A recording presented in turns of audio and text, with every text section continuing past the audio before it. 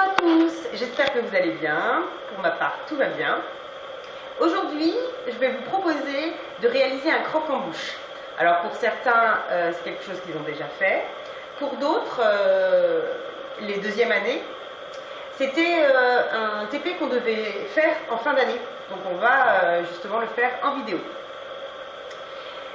Pour le croque-en-bouche, qu'est-ce qu'on appelle un croque-en-bouche? Un croque-en-bouche, ça va être une pâte à choux, des choux qui vont être garnis de crème pâtissière, d'une autre crème suivant la demande, qui sont ensuite glacés d'un sucre cuit, caramel, et ensuite qui vont être collés ensemble pour être mis en forme et agrémentés de nougatine. Alors souvent, la forme principale, c'est le cône, la pièce montée classique, mais ensuite on peut trouver toutes les formes qu'on désire. Pour la pâte à choux, je ne vous remontre pas la pâte à choux, je ne vous remontre pas la crème pâtissière, ce sont des choses qui sont acquises. Je vous envoie sur la fiche technique les recettes, mais je ne vous les remontre pas. Pour la nougatine, par contre, je vais vous remontrer, je vais vous faire la démonstration. Aujourd'hui, nous allons faire un croque-en-bouche en cône, la principale forme demandée par les clients en pâtisserie. Pour la nougatine, ce qui est très important, c'est de savoir ce qu'on veut avant de commencer la nougatine.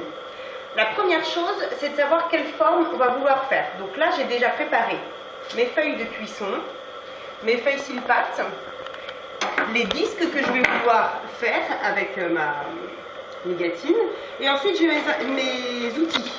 C'est important, des couteaux toujours avec une lame lisse, pas crantée, pas dentée, d'accord, pas dentelée, et mon rouleau, d'accord.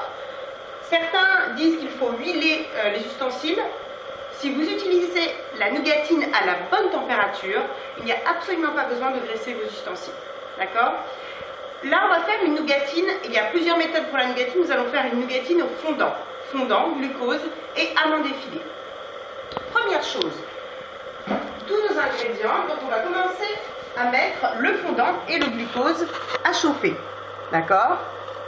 À côté de ça, ici au four, je vais mettre simplement à chauffer mes amandes effilées. Elles n'ont pas besoin d'être torréfiées, simplement on va les chauffer pour éviter le choc de température entre mon caramel fait avec le fondant et le glucose et les amandes effilées.